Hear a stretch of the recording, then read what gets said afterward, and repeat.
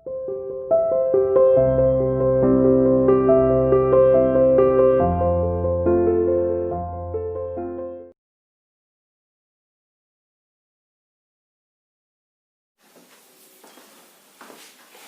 students, today we are going to start the new topic of fluid friction, means that is a revision portion. Last time जो हमने topic discuss किया था वो था हमारा types of friction, और हम आज जो टॉपिक डिस्कस कर रहे हैं वो कर रहे हैं बेटा fluid friction. Fluid friction topic start करने से पहले first of all we have to know about the meaning of fluid, कि फ्लूइड क्या होते हैं. What is the meaning of fluid? The substance which can flow easily. कोई भी substance जो इजीली फ्लो हो सकता है हम उसको क्या बोलते हैं? फ्लूइड बोलते हैं. मीन्स द सब्सटेंस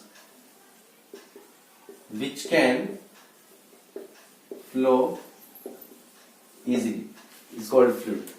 अब कोई भी अगर हम एग्जांपल इसके अंदर, जैसे कि वाटर और गैसेस, या गैसेस के साथ हम क्या ले सकते हैं इसके अंदर? एयर. क्योंकि ये सब्सटेंस क्या करते हैं? फ्लो होते हैं easily. We can consider these objects या these substances as a fluid. जैसे सॉलिड सब्सटेंस फ्रिक्शन फोर्स को फेस करता है, मींस कि जब भी हम किसी सॉलिड सब्सटेंस पर किसी दूसरे सब्सटेंस को मूव करवाते हैं तो उसमें क्या होता है? फ्रिक्शन प्रोड्यूस होता है. सेम केस जब हम किसी भी लिक्विड सब्सटेंस में अगर किसी सॉलिड सब्सटेंस को मूव करवा रहे हैं, then it also exert the friction force on that object. तो भी वो उस ऑब्जेक्ट पर क्या एक्सर्ट करता है? फ्रिक्शन फोर्स एक्सर्ट करता है. और जो फ्रिक्शन फोर्स कोई भी फ्लूइड एक्सर्ट कर रहा है उसी फ्रिक्शन फोर्स को क्या बोलते हैं हम? Fluid friction. The friction force exerted by a liquid और गैस, या सिंपली आप ये बोल सकते हैं the frictional force exerted by fluid is called fluid friction. Commonly इसकी डेफिनेशन पूछी जाती है, what is the meaning of drag? Drag क्या होता है? What is the meaning of drag? तो ड्रैग क्या है? Fluid friction. Fluid friction is called drag. या the friction exerted by, या the frictional force exerted by fluid is called drag. याद रखना इस चीज को. क्लियर? देखो पहले हम इसके कुछ एग्जांपल लेते हैं. कोई भी चीज अगर हम किसी भी फ्लूइड में मूव करवाते हैं, पहले मैं एग्जांपल ले रहा हूं किसी एयर का, कि सपोज करो जो हम गाड़ी चला रहे हैं, तो जैसे जैसे गाड़ी चल रही है तो सामने से एयर क्या एक्सर्ट कर रही है? उस पर एक फ्रिक्शनल फोर्स एक्सर्ट कर रही है. वो फ्रिक्शनल फोर्स क्या करता है? कंटिन्यूअसली गाड़ी की स्पीड को स्लो कर रहा है, क्योंकि अपोजिट डायरेक्शन में लगता है. जैसे फ्रिक्शन अपोजिट डायरेक्शन में लगता है फोर्स, ऐसे फ्लूइड फ्रिक्शन भी हमेशा किस में लगता है बेटा? अपोजिट डायरेक्शन के अंदर अप्लाई होता है. तो जब भी कोई कार मूव कर रही है उस कार पर क्या लगता है? कि अपोजिट डायरेक्शन से फोर्स लग रहा है. कौन लगा रहा है उस फोर्स को? Air. That is also the example of fluid friction. कोई एरोप्लेन है, जब वो मूव कर रहा है, अगर ज्यादा स्पीड से मूव कर रहा है तो उसके ऊपर ज्यादा से ज्यादा सामने से जो एयर आ रही है वो क्या लगा रही है? फोर्स लगा रही है. और उसी फोर्स को क्या बोलते हैं? जो अपोजिट डायरेक्शन से लग रहा है, फोर्स ऑफ फ्रिक्शन. और अगर फ्लूइड फ्रिक्शन फोर्स को अप्लाई कर रहे हैं, that is the fluid friction. पानी की अगर हम बात करें, जैसे तो हमने एग्जांपल ली एयर के, अब अगर हम बात करते हैं वाटर की, जितने भी वाटर ऑब्जेक्ट है, जैसे शिप है, सबमरीन्स, जब ये वाटर में मूव करते हैं, बोट है, तो वाटर उन पर अपोजिट डायरेक्शन से फोर्स लगाता है. उसी अपोजिट डायरेक्शन से लगने वाले फोर्स को क्या बोलते हैं हम? Fluid friction. क्योंकि यहाँ पर जो फोर्स अप्लाई कर रहे हैं वो कौन कर रहा है? वाटर अप्लाई कर रहा है. बट हाँ, एक इसमें डिफरेंस क्या है? जो फ्लूइड फ्रिक्शन होता है वो हमेशा सॉलिड फ्रिक्शन से कम होता है. इससे पहले जो हमने टाइप्स ऑफ फ्रिक्शन पढ़ा है, static, sliding, rolling friction, limiting friction, ये सारे सॉलिड के केस के अंदर होते हैं. और फ्लूइड फ्रिक्शन जो होता है वो लिक्विड और गैस के केस में हो जाता है, क्योंकि इनके भी पार्टिकल्स प्रेजेंट होते हैं इसके अंदर. तो एज कंपेयर टू सॉलिड, जो लिक्विड पर फ्रिक्शन फोर्स अप्लाई होता है वो हमेशा कम होता है. क्लियर? नाउ अब हम बात करते हैं फैक्टर्स की, किस किस फैक्टर के ऊपर ये डिपेंड करता है. Factors on which fluid friction depend, कि किस किस फैक्टर के ऊपर फ्लूइड फ्रिक्शन डिपेंड करता है. There are basically 4 factors. और वो 4 फैक्टर्स कौन कौन से बेटा? एक तो पहले अगर हम बात करें speed of an object, second shape of an object, third one is size of an object, and fourth one is nature of the fluid. ये 4 फैक्टर्स हैं बेटा, speed of an object, shape of an object, size of an object और nature of the fluid. Speed की बात करें, speed of an object जो होती है बेटा वो डायरेक्टली प्रोपोर्शनल होती है, यहाँ पर मैं ड्रैग वर्ड यूज कर रहा हूं, मतलब फ्लूइड फ्रिक्शन का। जितनी ज्यादा ऑब्जेक्ट की स्पीड होगी उतना ही ज्यादा उसके ऊपर क्या अप्लाई होगा, फ्रिक्शनल फोर्स अप्लाई होगा। So we can say that the speed of an object is directly proportional to the fluid friction. एक एरोप्लेन है, जितनी ज्यादा स्पीड से वो मूव कर रहा है, जितनी ज्यादा स्पीड से वो चल रहा है, उतनी ही सामने से एयर उसके ऊपर क्या लगाएगी, अपोजिट फोर्स लगाएगी, तो उतना ही क्या होगा, उसके ऊपर फ्रिक्शन होगा। एक कार है, एक दो कार सपोज करो, एक बहुत हाई स्पीड से ट्रेवल कर रही है और दूसरी स्लो स्पीड से ट्रेवल कर रही है। तो जो हाई स्पीड से कार ट्रेवल कर रही है, तो आपने देखा होगा सामने से जो हवा आ रही है, हवा मतलब वही फ्रिक्शन फोर्स लग रहा है, वो बहुत ज्यादा होती है, स्पीड ज्यादा होती है उसकी।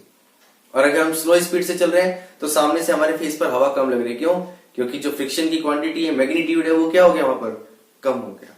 तो हम क्या बोल सकते हैं इसके अंदर कि as we increase the speed of an object the fluid friction will also increase, and as we decrease the speed of the object fluid friction will also decrease. Second बात करते हैं shape of an object. Fluid friction is continuously depends on the shape, कि object की shape कैसी है। देखो, कुछ naturally होते हैं डिजाइन और कुछ हम आर्टिफिशियल्स बनाते हैं। अगर हम बात करें कि नेचुरल के केस के अंदर फिश, बर्ड्स, इनकी जो शेप होती है बेटा वो कैसी होती है, स्ट्रीमलाइन। कैसी होती है, स्ट्रीमलाइन शेप। स्ट्रीमलाइन शेप किस तरह से होती है, इस तरह से होती है स्ट्रीमलाइन शेप, इस तरह से। आपने देखा होगा जैसे जो मछली वगैरह होती है इस तरह से होती है आगे से, ठीक है। बर्ड्स की शेप भी लगभग इस तरह से होती है, यहाँ पर इसके विंग्स होते हैं। तो ये जो शेप होती है क्या होती है, इसको हम स्ट्रीमलाइन शेप बोलते हैं। जितनी ज्यादा किसी ऑब्जेक्ट की स्ट्रीमलाइन शेप होगी, वो स्ट्रीमलाइन शेप ऑटोमेटिकली फ्रिक्शन को रिड्यूस कर देती है। देखो, जो गाड़ी बनाई जाती है, मतलब सपोज करो कार का अगर हम एग्जांपल लें, तो कार की जो शेप होती है स्ट्रीमलाइन होती है, इस तरह से उठती जाती है कार की शेप, इस तरह से। ये स्ट्रीमलाइन शेप क्या करती है, ये एयर के रेजिस्टेंस को कम कर देती है, एयर इजिली पास हो जाती है। और अगर हम बात करें किसी बस की, तो बस आपने देखा होगा स्टीज रहती है बिल्कुल आगे से, इसी तरह से होती है ना। और क्योंकि इसके केस में क्या होता है, जब बॉडी इसकी पूरी आ रही है यहाँ पर, तो जो फोर्स ऑफ फ्रिक्शन होता है वो ज्यादा से ज्यादा एरिया पर लगता है। By making the object streamline we can reduce the friction. हम फ्रिक्शन को क्या कर सकते हैं, कम कर सकते हैं। इसलिए यहां पर वर्ड आए by friction depends on the shape of an object. Clear हुआ? तो याद रखना, एरोप्लेन है, बोट है, शिप है, ये सब स्ट्रीमलाइन बनाए जाते हैं ताकि हम फ्रिक्शन को कम कर सकें। थर्ड आता है साइज ऑफ एन ऑब्जेक्ट। जितना बड़ा किसी ऑब्जेक्ट का साइज होगा उतना ज्यादा उसके ऊपर फ्रिक्शन फोर्स लगेगा। क्योंकि अगर हम साइज बड़ा कर रहे हैं, सपोज करो एक ऑब्जेक्ट का साइज ये है और एक ऑब्जेक्ट का साइज ये है, फ्रिक्शन फोर्स सामने से एयर एक्सर्ट कर रही है, तो इसमें एरिया कम हो तो ज्यादा से ज्यादा फोर्स लग नहीं पाएगा, कम फोर्स लग रहा है इसमें। इसका एरिया बड़ा हुआ तो क्या होगा, ज्यादा से ज्यादा एरिया पर क्या लग रहा है, इसके ऊपर फ्रिक्शन फोर्स अप्लाई हो रहा है। और ज्यादा फ्रिक्शन फोर्स अप्लाई होगा तो फ्रिक्शन फोर्स का काम ही होता है स्पीड को रिड्यूस कर देना। ज्यादा से ज्यादा एनर्जी चाहिए उस फ्रिक्शन फोर्स को ओवरकम, मतलब उसको ऊपर हैवी होने के लिए, ताकि हम उसको ब्रेक डाउन करके स्पीड को इंक्रीज कर सके। क्लियर? तो अगर कोई दो एरोप्लेन है, एक का साइज बहुत कम है और एक का साइज बहुत बड़ा है, और दोनों अगर सेम स्पीड से ट्रेवल कर रहे हैं, तो किस पे ज्यादा फ्रिक्शन फोर्स लगेगा, जिसका साइज बड़ा होगा, क्योंकि एरिया ऑफ कॉन्टेक्ट और जो एयर के थ्रू कनेक्ट होगा वो क्या होगा, उसके अंदर ज्यादा होगा। फोर्थ आता है बेटा nature of the fluid. Nature of the fluid में एक वर्ड ऐड कर रहा हूं मैं यहां पर, विस्कोसिटी। क्या वर्ड आ रहा है इसके अंदर, विस्कोसिटी होती है the property of a liquid which resist the flow of liquid. गाढ़ा लिक्विड जो होता है उसको विस्कस लिक्विड बोलते हैं। आप एक जगह पर पानी फेंक रहे हैं और एक जगह पर शहद फेंक रहे हैं, कौन सी चीज इजीली फ्लो करेगी, पानी। क्यों? क्योंकि पानी के अंदर जो फ्रिक्शन फोर्स लग रहा है वो बहुत कम है।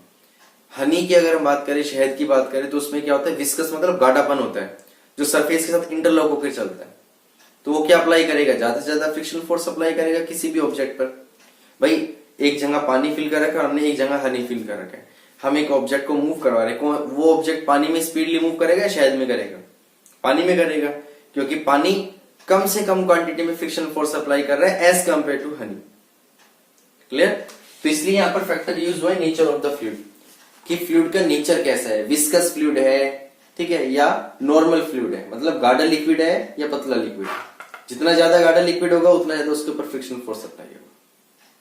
क्लियर हुआ? These are the 4 factors on which the fluid friction depend. और इसके बाद अगर हम टॉपिक को पढ़े कि हम फ्रिक्शन को कम कैसे कर सकते हैं, तो ये हम उसी के अंदर पढ़ेंगे।